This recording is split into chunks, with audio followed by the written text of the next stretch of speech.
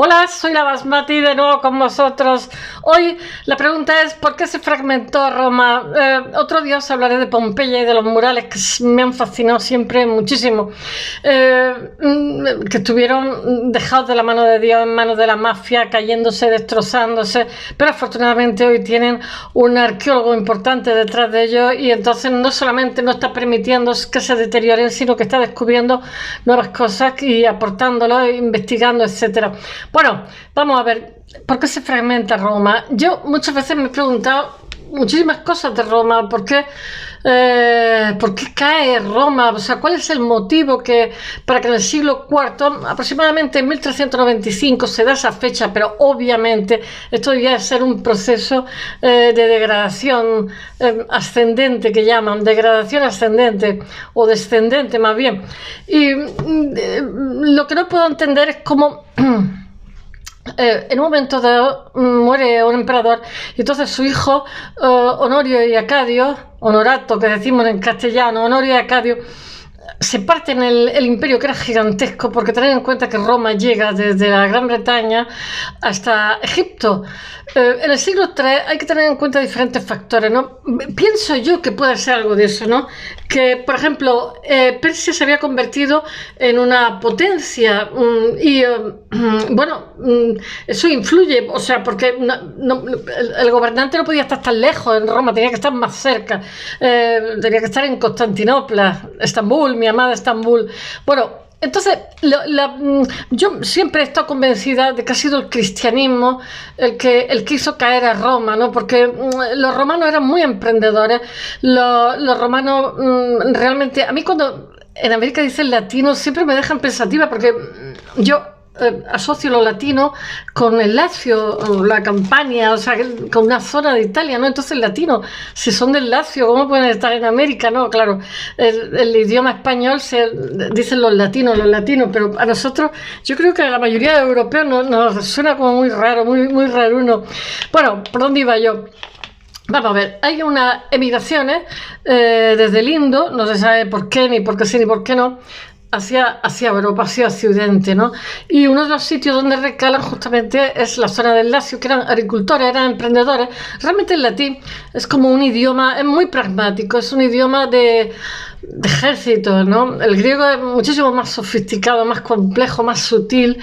Bueno, y lo que estábamos diciendo, entonces ese indoeuropeo se introduce, o sea, traen por supuesto el progreso, porque ellos tenían el progreso y se introduce por la parte oriental, o sea, del Mediterráneo, Creta, la cultura cretense, minoica, etcétera, y se va introduciendo hasta llegar hasta norte de África, o sea, todo el Mediterráneo. Realmente se convierte, Roma va a ser monarquía, república e imperio, va a pasar por los tres estadios.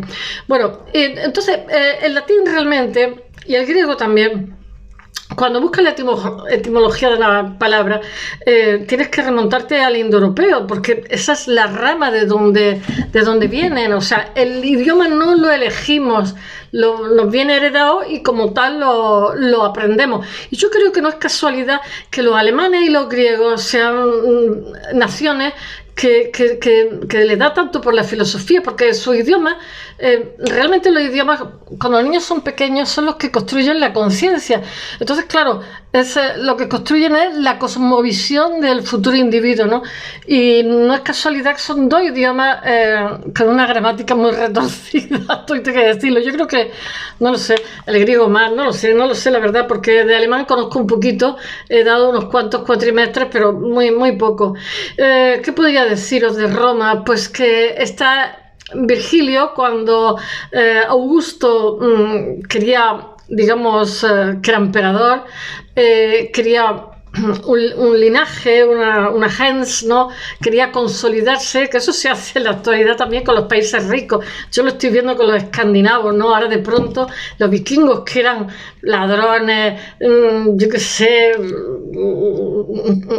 un horror, pues ahora resulta que son ecologistas, que eran, no sé, eran ladrones, borrachos, violadores, y ahora de pronto, como los países escandinavos son países ricos, están reescribiendo la historia, ¿no? Pues eso ya lo inauguró inauguró Virgilio, que era el escritor de la corte, hizo la Eneida, y realmente Eneas, que va cargado con su padre a la espalda, ¿no? Que son los fundadores de Roma, que realmente vienen de Oriente. Bueno, algo en esos mitos hay de Oriente, algo se vislumbra de Oriente. Y también en Roma se puede ver la lucha de los gladiadores, la lucha con las fieras, todo eso es, realmente los etruscos son orientales y no tienen nada más que ver su arte para que lo hacen con barro, y las tumbas etruscas, que yo las he visto en Estambul, las he visto en Italia también, que son bellísimas, de una sensibilidad exquisita, y tenían también triclinos, etcétera. Bueno, Roma, como he dicho, es un país muy emprendedor, muy pragmático, y cuando al principio,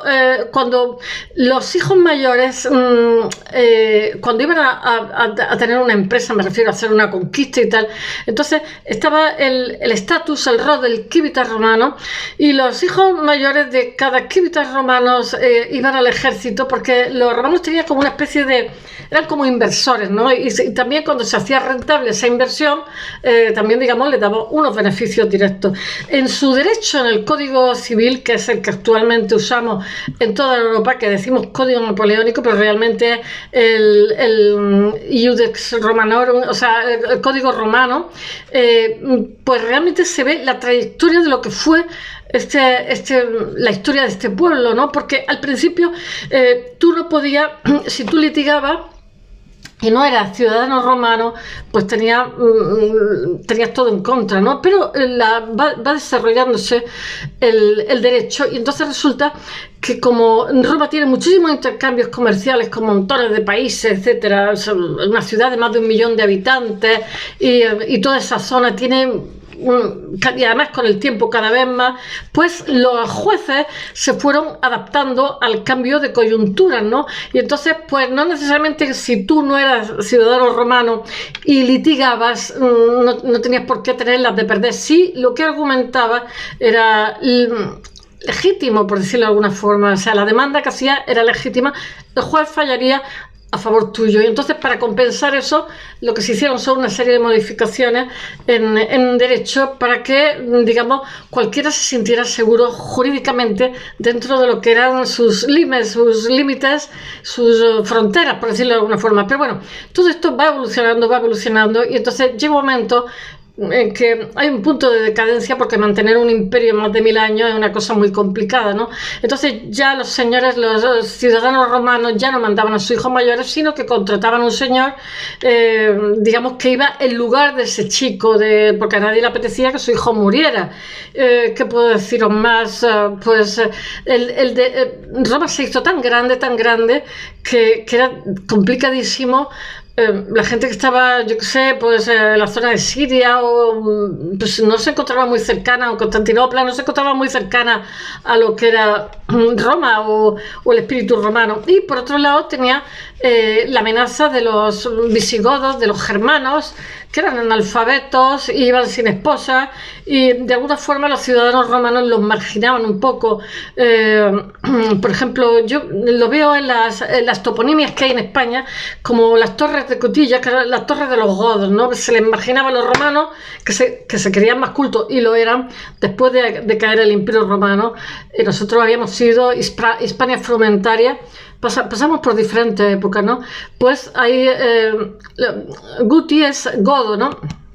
Las torres de Cotilla son las torres de los godos, o sea, los tenían un poquito marginados. Estos godos, llega un momento en que se hacen españoles, los visigodos, con el paso del tiempo, ellos a los niños les pasaban las cosmovisiones a través de los cuentos infantiles. Eso es súper interesante, porque también se hace en África, se hace en Sudamérica, sobre todo en la Amazonía, así que es la tradición oral.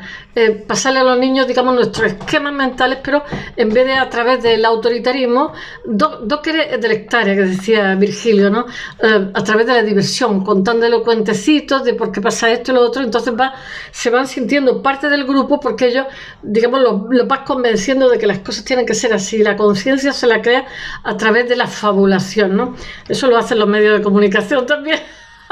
hoy día. Bueno, y por dónde iba, pues que Roma realmente era sofisticadísima.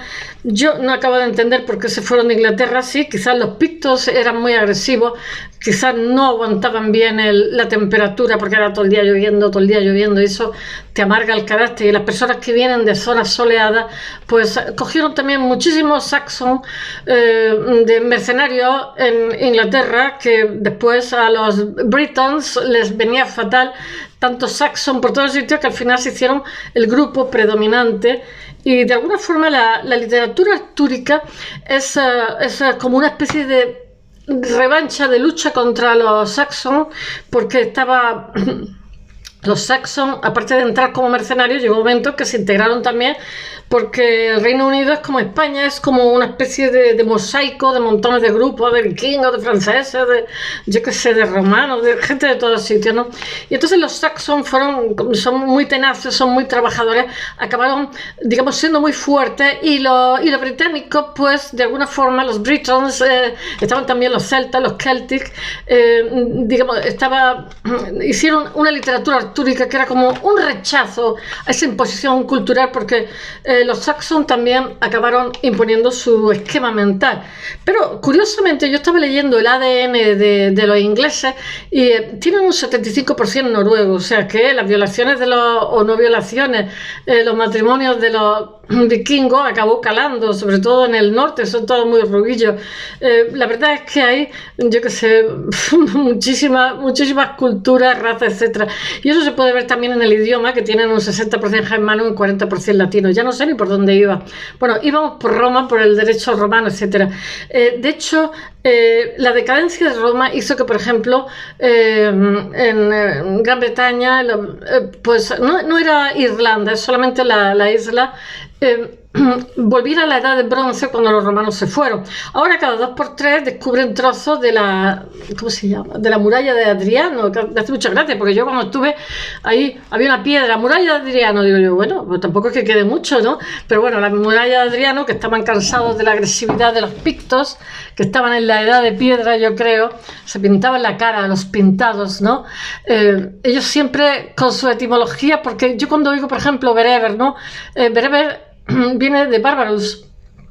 Ellos, no sé, todos los que estaban fuera de las fronteras. Os decía eso de las temperaturas, porque, por ejemplo, César llevaba siempre los guardaespaldas, era la guardia pretoriana, que eran germanos, ¿no?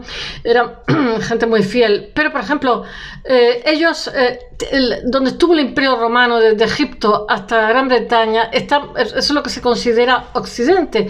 Pero, realmente, las colonias, o sea, la colonia inglesa daba muchísimo al fisco, pero estaban tan hartas de ella, y después otra colonia que daba más todavía y entonces eso repercutió negativamente económicamente. Otra colonia que daba muchísimo era Mauritania, el norte, que pillaba el norte de Marruecos, norte de Argelia, yo pienso que también Túnez, toda esa parte, ¿no? Todo eso, esas fronteras también van evolucionando con el tiempo. Bueno, Roma fue creciendo poco a poco, gradualmente, y durante cientos de años fue un imperio y extendiéndose, pero su ocupación ha repercutido en lo que es hoy, digamos, eso que estoy contando, porque se partió en dos, el Imperio Oriental y el Imperio Occidental, Imperio Oriental entre dos hermanos, y además después se hacían las barbaridades, o sea, no se aceptaban los embajadores y cosas así, lejos, digamos, de cooperar y coordinarse, todo lo contrario, se hacían faenas cuantas más mejor, y con el tiempo todavía más. El hecho real es que la zona oriental, Constantinopla, pues es totalmente distinta, o sea, ellos sí, porque yo cuando pienso que han sido los cristianos el cristianismo el que se cargó Roma, que lo sigo pensando, pero por otro lado veo el Imperio de Oriente, Estambul, que era Constantinopla, etcétera, que sin embargo duró mil años más de imperio. O sea, ellos sí que tenían cristianos también y los gestionaron muy bien. Quizás tenían ¿cómo se dice? Unas murallas muy fuertes, Estambul, para defenderse de los embates, de los diferentes germanos, en fin, de todas las invasiones que tenían alrededor, porque ellos también han tenido, de hecho, los turcos que conocemos vinieron de Centroasia. Y es curioso porque yo no lo sabía, pero por ejemplo, Kazajstán, Uzbekistán y todo esto hablan turco, bueno, hablan ruso porque lo han aprendido en la escuela y tal, pero en la lengua de casa lo pude ver en Estambul en un congreso que estuve, que ellos hablaban turco perfectamente, y claro, es que eran antiguo imperio turco, todo lo que son estas antiguas repúblicas soviéticas que están cerca de Turquía. Pero lo que decía antes es que la evolución del imperio oriental y el occidental, o sea, el occidental es el de Roma y el oriental es el de Estambul, ha condicionado la geografía actual del mapa. Bueno, por supuesto después han venido musulmanes, etcétera, etcétera, pero ha condicionado muchísimo lo que ha sido la evolución después de estas naciones. De hecho, Europa, también os voy a decir una cosa, los romanos, como los españoles cuando fueron a América, no toleraban demasiado las temperaturas frías. O sea, yo por ejemplo veo cabeza de vaca que descubrió el Yukón, ¿no? La bahía del Yukón, ¿no? Claro, hola y adiós, bahía del Yukón, con el frío que hace allí, muérete. O sea, los españoles, como los árabes, siempre tenían, como los romanos, siempre buscaban una temperatura benigna, una temperatura. Y por ejemplo, en el caso de España, pues donde yo vivo y tal, pues hay anfiteatro y cosas así, pero es que se mimetizaban. La gente de aquí, como pasa con Estados Unidos, ¿no? Los chicos visten jeans, comen, yo qué sé, brownie. Yo también lo como, me encanta. Lola, saludos desde aquí. Y bueno, quiero deciros que si pasara una hecatombe, Dios no lo quiera, ¿no? Con el loco de Putin y cayera una bomba, dirían, bueno, y nos vieran dentro de unos cuantos años, dirían, bueno, estos eran americanos también, o americanos de segunda, ¿no? Es que lo mismo que nosotros nos mimetizamos culturalmente con lo que es la potencia económica, los países, las colonias, se mimetizaban con lo que era la metrópoli mediante el diseño de las calles, de las vías, la infraestructura, las cloacas, etcétera. Y lo que es lamentable es que Roma tenía, digamos, una organización sofisticadísima que cuando se desmembra, cuando se pierde, pues todo eso es una vuelta atrás a la oscuridad, el medievo y tal. O sea, ya os he dicho que Inglaterra vuelve, no era Inglaterra, Gran Bretaña, vuelve a la edad de bronce cuando se van los romanos. O sea, quiero decir que es una marcha atrás al conocimiento. Bueno, voy a ver si os hablo un poquito más. Estaba desde Gran Bretaña hasta Egipto, he dicho. Tampoco colapsó por el tiempo, por supuesto, porque la degradación, o sea, la desmembración se desmembra paulatinamente, porque también el espíritu cristiano es diferente, es un espíritu más resignado, más pasivo para muchas cosas. Ellos tenían muchos dioses, los romanos, y eran muy emprendedores, y los dioses los tenían como a buen recaudo. O sea, los dioses tenían sus cosas y ellos tenían las suyas, no sé cómo decir, pero el cristianismo cala más en la actitud, en la conciencia del creyente, es más dominante a la hora de inhibirlo, de tener iniciativa, etcétera. Bueno, os he dicho que la caída del Imperio Romano occidental, el de Roma, es en el 395. Se da esa fecha para tener una referencia. Lo mismo que la caída del Imperio Oriental, Estambul, Constantinopla, es en 1492, no sé, cuando los turcos toman Constantinopla, no me acuerdo qué fecha es. Yo sé que es para el descubrimiento de América por ahí, pero no me acuerdo. Bueno, ¿por qué el Imperio Romano se divide en el Imperio de Oriente y Occidente? No lo saben. Bueno, sí, son dos hermanos que se muere el padre y se lo parten. En primer lugar, porque tienen un tamaño descomunal que dificulta el gobierno, pero porque mantener un imperio tan gigantesco es carísimo. Y por otro, hay factores como la inestabilidad política y social, las revueltas o las incursiones también, que también afectan. De una manera más, era un imperio demasiado grande. Sería el tamaño sí que importa en este lugar. Bueno, el Imperio Romano es el estado más grande de Eurasia Occidental que jamás se haya visto. También os voy a decir una cosa, nosotros podemos hacer 600 kilómetros, yo creo que incluso 1000 kilómetros en un día. Ellos podían hacer 30-35 kilómetros por los medios de comunicación. Entonces, claro, tenían una percepción de que todavía era mucho más grande. Fijaros que yo le mando una misiva de Roma a Estambul, pues ¿cuánto podía durar el llegar allí? Pues una locura. Entonces, el tener, digamos, dos centros administrativos, dos centros de poder, eso influye a la hora de tomar decisiones, a la hora de recepcionarles, etc. Bueno, en el mapa es gigantesco, pero ya os digo que es muchísimo más grande debido a que la velocidad de la comunicación. Hay una revista que se llama Life Science. El Imperio Romano fue el estado más grande, que dice que el Imperio Romano fue el más grande de Eurasia que se jamás haya visto. Mirad, todavía persisten las cloacas en Roma, o sea, las que hicieron los romanos siguen. Y aquí, por ejemplo, donde yo vivo, hay un acueducto y sigue en pie y funciona además. O sea, quiero deciros que eran fantásticos ingenieros, como les pasó también a los árabes. Por eso permitieron concentraciones urbanas grandes. Lo de la infraestructura, los políticos, por ejemplo, no, eso es algo que lo que no se ve no existe. Y se lo saltan al torero y después hay de todo, inundaciones y de todo. Bueno, ahora, a ellos percibían el imperio muchísimo más grande porque había muchísimas dificultades de comunicación. Ellos se calcula que podían hacer al día como 32 kilómetros. Ahora podemos recorrer una media 600. Entonces, para ellos, el imperio era 20 veces más grande que para nosotros. Pero bueno, ya si os digo por avión, pues efectivamente se pueden hacer muchísimos más kilómetros. Pero yo creo que el tamaño no fue lo que más decidió esta separación del imperio romano en oriental y occidental.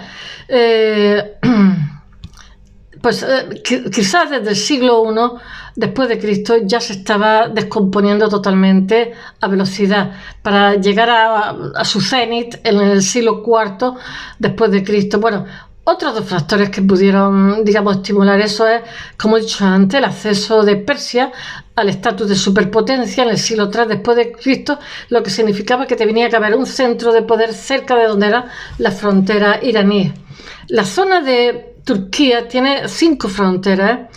Tenía que tener un emperador cerca de la frontera, por lo que pudiera pasar. Y el otro es el hecho de que en el siglo IV la definición de romano cambiase para abarcar a las élites provinciales desde Escocia hasta Irak. Bueno, muchos romanos, dada la escala del imperio, tenían poca o ninguna afiliación con la propia ciudad de Roma. Y entonces se pensó que dividir el imperio facilitaría la supervisión de estas diversas regiones, culturas muy a menudo que eran muy, muy diferentes. Pues fijaros, si iba desde Egipto a Inglaterra, a Gran Bretaña. Bueno, el tamaño fue un factor fundamental, yo pienso, vamos, eso está cantado, porque administrativamente controlar eso es casi imposible. Ellos tenían también que recabar impuestos, hacer montones de cosas. Y también el ascenso de Persia, bueno, la división no se produjo así de hoy a mañana, sino que fue como un goteo que se fue llegando a más. Hubo una especie de cambio de mentalidad, cambio de paradigma sería la palabra. Aunque se toma la fecha del 395 con la muerte de Teodosio I y la sucesión de sus hijos, Acadio y Homero, que se separan, uno el imperio occidental de Roma y otro el imperio oriental de Estambul, o como se llamara, Constantinopla, quienes se convierten en los gobernantes de las dos zonas. Pero el gobierno con más de un emperador había colegiado, o sea, había sido parte del marco del gobierno con anterioridad durante más de 100 años. Creo que en Italia fue Rómulo Augusto el último emperador que hubo, antes de Recaredo, que ya era germano. Diocleciano estableció una tetrarquía o gobierno de 4 emperadores mayores o Augusto y 2 gobernantes o césares. Aquí el presidente, como es el presidente y el presidente del gobierno, así más o menos.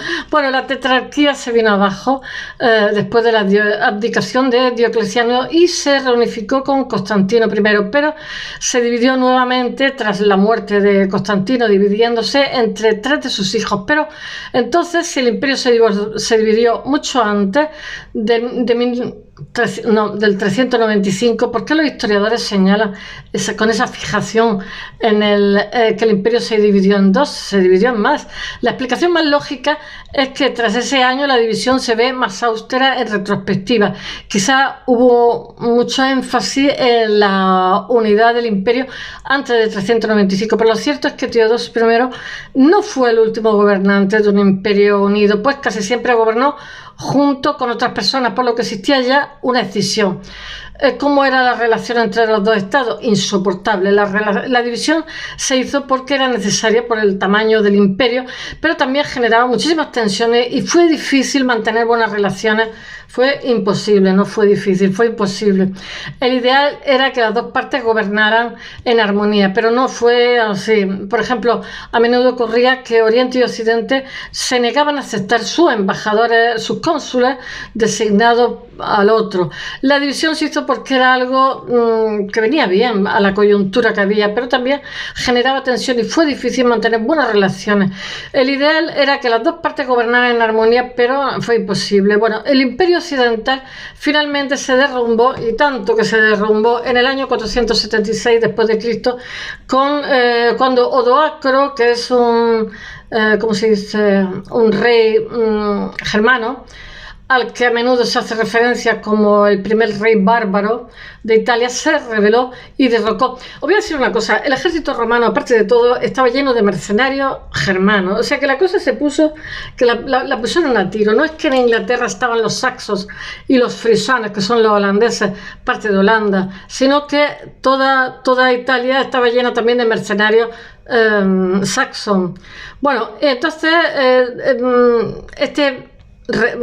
Odoacro como se derroca a Rómulo Augusto, que he dicho antes, y este es considerado como el punto final del Imperio Romano Occidental. Pero sin embargo, el Imperio de Oriente sobrevivió 1000 años más porque lo gestionaron mucho mejor, con más mano izquierda. También tuvieron más suerte. Bueno, el Imperio Bizantino sobrevivió hasta 1453, aunque muchos historiadores creo que la toman los turcos, y he dicho el 92. ¡Qué desastre, madre mía!